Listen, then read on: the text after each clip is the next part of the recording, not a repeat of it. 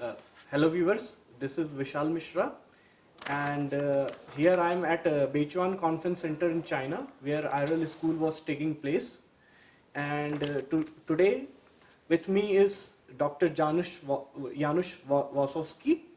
He's a scientist at CNR, National Research Council of Italy, IRPI, and his area of interest is natural hazards, landslide, and application of SAR interferometry to landslide studies. He's one of the uh, three editor-in-chief of international journal Engineering Geology of Elsevier. So welcome, Dr. Wasowski. Thank you. Thank you It very is much. my pleasure to have you here. And today I will be asking you a few questions. So you work with the SAR interferometry and its application for landslides. So what is your opinion about this geospatial technology, SAR interferometry, and how do you see its future prospects? Okay, thank you, Vishal.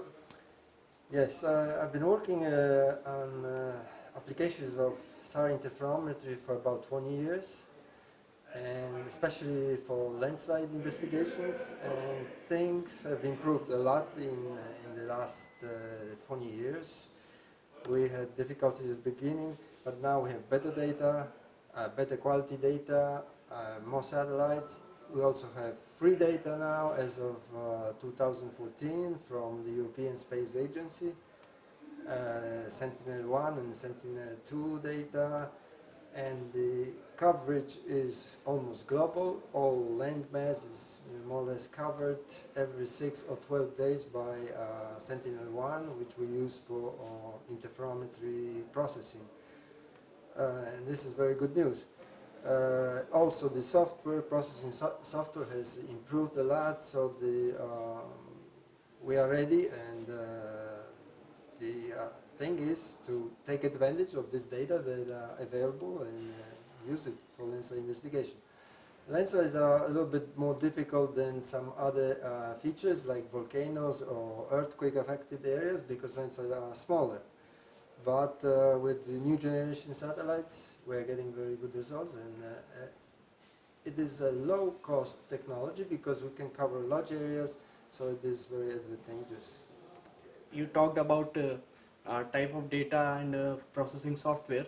So let us discuss about the bottlenecks of this technology. It's means what bottlenecks you find, and how do you advise to go through them? Yes.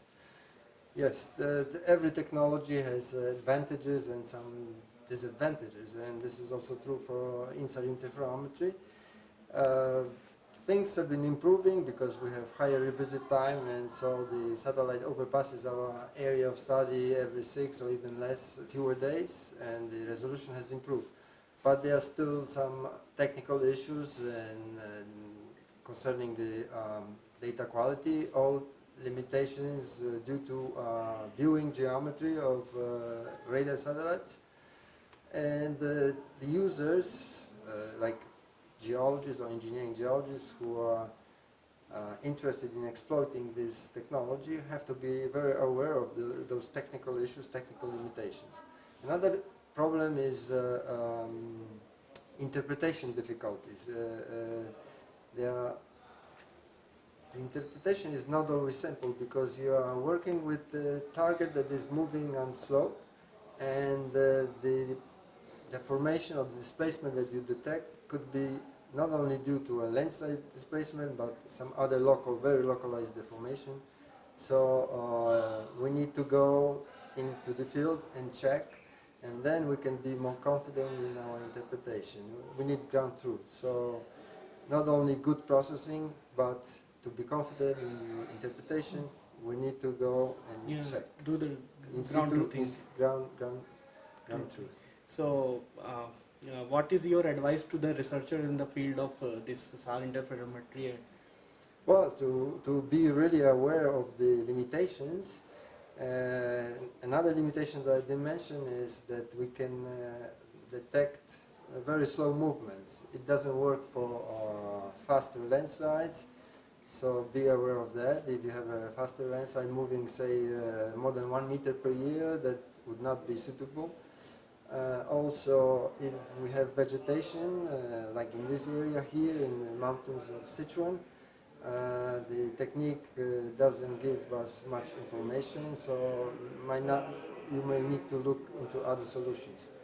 And it's always good to read some background papers on the technique and on the applications, and again about the limitations. Be careful. Okay. And what do you think of overall the remote sensing as a technology for the landslide investigation? About what? Remote sensing, Yes. optical remote sensing, and Optical, other ah. geospatial technologies I see. such as LiDAR. And Yes, yes. Of course, also we have a new generation optical satellites, very high resolution, sub-meter resolution, and which are great for mapping landslides. But you have to remember that in many areas of the world have consistent or prolonged cloud coverage.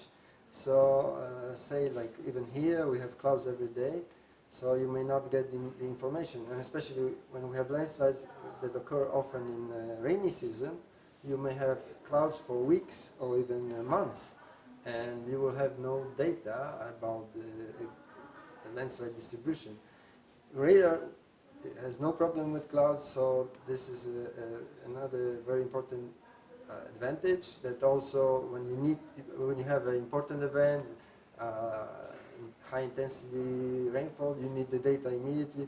Radar can give you data, optical images. If there is cloud, you may not get it. You can work with UAV under the cloud coverage.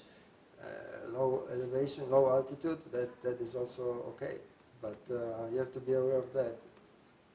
thanks a lot, Dr. Wasowski, for giving me time, and at my request you gave such a positive response. Thank you. Thank you for very this much. interview. Thank you very much.